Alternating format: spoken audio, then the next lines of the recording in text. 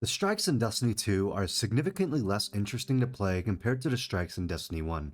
For those of you who do not know, in Destiny 1, almost every single strike in the game had a unique piece of gear, whether that be a weapon or armor piece that was themed around the strike to make you feel like you're wearing a part of the boss you just killed, or shooting a weapon that fell directly out of a strike boss's arsenal. These pieces of gear were some of the most unique and popular items in the game, and with the release of Rise of Iron, a currency called skeleton keys could be acquired and spent at the end of strikes to guarantee those pieces of gear to drop. Compared to Destiny 2, where there's no unique pieces of loot for finishing each strike, in fact most of the time you only get a blue or legendary weapon that is almost always instantly deleted. Keep in mind that I'm specifically talking about normal strikes. Nightfalls in Destiny 2 do have specific weapons you can farm for each week, however these are mostly just generic weapons that will show up in any Nightfall and aren't unique to any individual one. Not to mention that in Destiny 2, older seasonal activities are being added to the strike playlist, making it even more of a shadow of what it once was. So what I wanted to do was showcase all the strike specific loot you could get from Destiny 1 strikes to show why they are so much more replayable, exciting, and interesting compared to Destiny 2. Real quick, I still don't have access to my old Xbox, so I ended up using clips from other YouTubers' videos. I'll leave their channel name on the top of each clip like I did in my Destiny 1 Exotics video, and also have their channels posted in the description. So anyways, enjoy the video. What better way to start out this video than talking about one of the most iconic strikes from Destiny 1, whether you've played it or not. Cerberus Vae III was a strike that took place on Mars, where Guardians would have to take out the Cabal commander TheXpeK. It's probably just nostalgia talking, but I loved this boss. In fact, this was the very first strike I completed as a Nightfall. I also have to mention how unique the boss was, and if you were one of the many fire teams to not kill him before he starts shooting his minigun, he was a pretty challenging boss fight. Now, the strike-specific drop for Cerberus Vae III was the Treads Upon Stars, a fairly boring scout rifle that essentially went unused in both PvP and strikes, and if I'm being honest, never really looked all that interesting, it just looked like a generic frame. I will also mention that some strikes do have the same strike-specific weapons, but unless I'm mistaken, this is the only strike that only has one unique piece of loot that can also be acquired from other strikes. The Sunless Cell is another one of the most iconic strikes in Destiny, where Guardians have to go deep into Orcs' Dreadnought to eliminate the imprisoned Alakul the Darkblade. This strike was so memorable that Destiny even has a nod to it with the Lightblade strike, that has a boss room that pales in comparison to the Sunless Cell. When you reach Alakul, you have to fight him in a nearby pitch-black boss room. Not to mention that Alakul could also teleport behind players and give them the scare of their lives, creating a challenging and terrifying boss fight. With a boss as great as this, the strike-specific loot made it feel all worth it. First, there is the Darkblade Spite Fusion Rifle, a pretty decent weapon in PvE, but with a slower charge time making it not nearly as good in PvP. Thematically, it does look amazing, as it has what looks like bones matching what Alakul wears surrounding the entire weapon.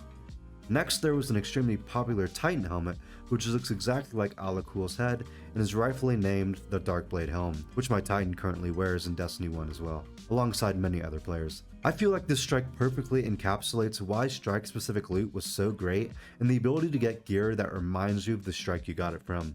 Sepiks Perfected was a reprised version of the original strike, the Devil's Lair, where Guardians were tasked with assaulting a fallen House of Devils to eliminate the servitor Sepiks Prime, or in the reprised strike, Sepiks Perfected. The strike was brought into Destiny 2 as its original version, aka without the Siva that Sepiks Perfected had, but it did not return with any of the strike-specific loot. Guardians could acquire the sniper rifle Devil's Dawn, which was a fairly cool weapon themed around splicers and the Fallen, and can be acquired in two other strikes, which I'll get to later. I always loved the unique look of this weapon, and I've used it quite a bit in casual PvE activities. The other unique piece of gear was the Sepiks Deposed Bond for the Warlock, which flashed both the Warmind logo and the Siva logo to create a fun bond that Warlocks could use if they wanted to. Winter's Run was a strike on Venus that involved infiltrating a fallen House of Winter and killing the boss Axor, Archon Priest. What I remember from the strike was how unique and great the boss room was. The boss comes out of a pod in the middle of the room, and when you killed him, you could get one of the coolest themed shotguns in the game, the Stolen Will. Although the shotgun is fairly decent in PvE and nothing to write home about, the look of this gun makes it one of the most recognizable weapons in the game, and at least in my case, I always spent a skeleton key at the end of the strike to guarantee a drop just because I love this weapon so much. The simple addition of weapons and armor tying a player's memory to a strike does wonders for the enjoyment and nostalgia of replaying them.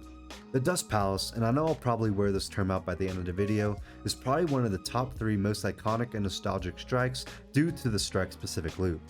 Taking place on Mars, players are sent to save an AI core from being taken by the Cabal. And at the end of the strike, there are 3 Void, Arc, and Solar themed Scion flares that players must kill. Now this strike could drop the Treads Upon Stars Sky Rifle mentioned earlier, as this is another Cabal strike. However, most players really played the strike for the Arc, Solar, and Void Hunter cloaks that could be acquired. Yes, and correct me if I'm wrong, but based upon which subclass you were using at the end of the strike, Hunters could get the same cloaks as the Scion Flayers were using. And when I say these cloaks were some of the most sought after and used cloaks by Hunters in Destiny 1, I'm not lying. I wouldn't be surprised if almost every Hunter, if they don't have the Flayer cloak equipped, have it in their vault or in their inventory to equip it at their earliest convenience. Now this next strike is the Blighted Chalice, my favorite strike from Destiny 1. Sent to defeat Malik, Pride of Oryx on the moon, also the son of Savathun for those who do not know. The boss room is great and normally has 3 players hiding in a small hallway towards the back while getting assaulted by the boss and also having to watch out for constantly spawning Taken Cabal that can appear in a hallway you're hiding in. What you can end up receiving from this strike is the Hunter Helmet Hood of Malik, which just like the Sunless Cell, is the helmet that Malik wears during the boss fight. I still have this helmet equipped to this day on my Hunter, and the uniqueness of wearing the helmet as a trophy will never get old, at least for me. The Nexus is the strike that involves the players traveling to Venus to kill the boss Secreon Nexus Mine, and stopping the Vex from converting Venus into a part of their Vex network. I always felt this strike to be kind of a throwaway, and it's definitely on my list for least memorable. But I did enjoy the flow of trying to survive in the boss room with the constantly spawning Vex and the boss that could almost insta-kill you with its attacks. Now the strike specific loot for the Nexus was the Mark of the Nexus Undone, a Titan mark that looked to be themed around the Vex. To be honest, I can't really remember this mark as it's slightly unremarkable and unmemorable.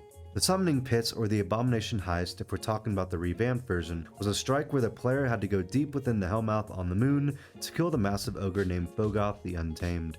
This boss room for the strike was a classic, and the difficulty made it memorable. Fogoth was enormous, and I can remember trying to solo my first Nightfall on this strike, which didn't go very well. The strike specific loot for this was the Devil's Dawn Sniper Rifle, but more importantly, there was the Mongrel Ogre's Grasp Hunter Gauntlets. These gauntlets looked exactly like the chains that Fogoth wears on his arms, and on the Hunter make one of the coolest pieces of gear in the game. While I never really personally wore them all that much, I always kept one in my inventory just because of the glow they had and they always looked great.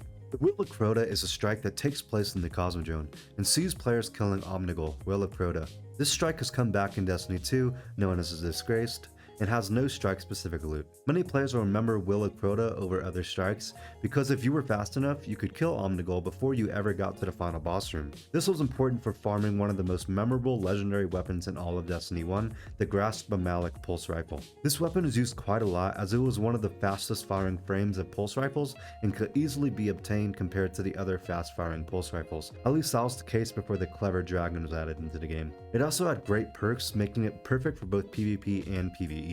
Much like the Darkblade Spite Fusion Rifle, this pulse rifle also had bones surrounding the weapon, which makes it look great. This was definitely one of the weapons I grinded for, especially since I never really played Destiny 1 solo and barely completed any of the raids, which meant this was one of the most used legendary weapons in Destiny 1, at least for me. By far, one of the hardest strikes in the entirety of Destiny 1 was the Wretched Eye. This was largely the case because of the wide open boss room that provided little cover, and it had 2 bosses who dealt quite a bit of damage. Located in the Plague Lands on Earth, players had to take out Kovik Splicer Priest and his beefed up Hive Ogre that would act as the second boss.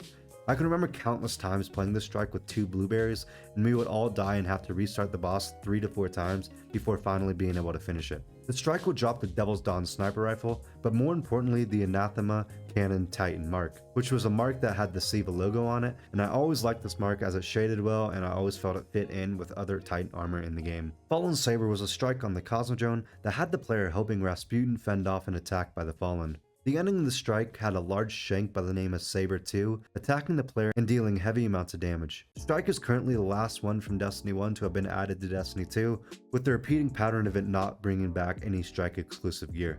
What could be acquired by completing the Fallen Saber strike was the Baron's Ambition machine gun, which was a Fallen themed weapon that was always okay but never great. For Warlocks, however, a more appealing award would be provided through the Helmet Devouring Maw. This weapon looked amazing as the front of it had an arc glow with periodic arc pulses on the side of the helmet as well.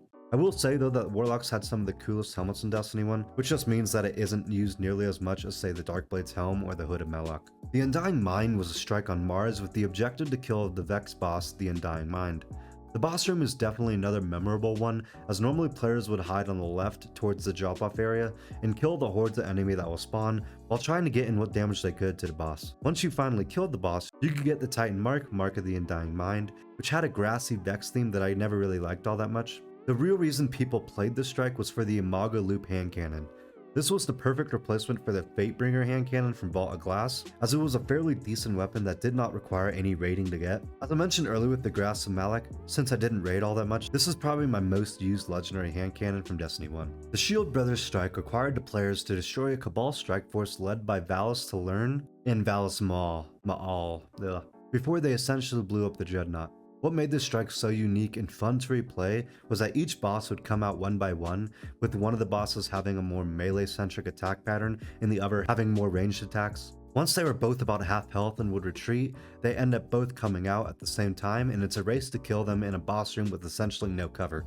This is the last strike where the treads upon Star's scout rifle could drop, but more importantly, at least for Titans, the Ma'al's Mauler's gauntlets could drop. These gauntlets look beautiful as you're essentially wearing the arm piece of the more melee-centric Cabal boss, Valis Ma'al. The Shadow Thief strike has Guardians on the Moon killing our favorite fallen, Taniks the Scarred. This strike is also remembered as it was used for the exotic quest to get the Black Spindle sniper rifle. Once you killed Taniks, you could get the Baron's Ambition machine gun and the Does Not Bow auto rifle, which wasn't all that good, but was themed around the Fallen, which actually made it a really good looking weapon.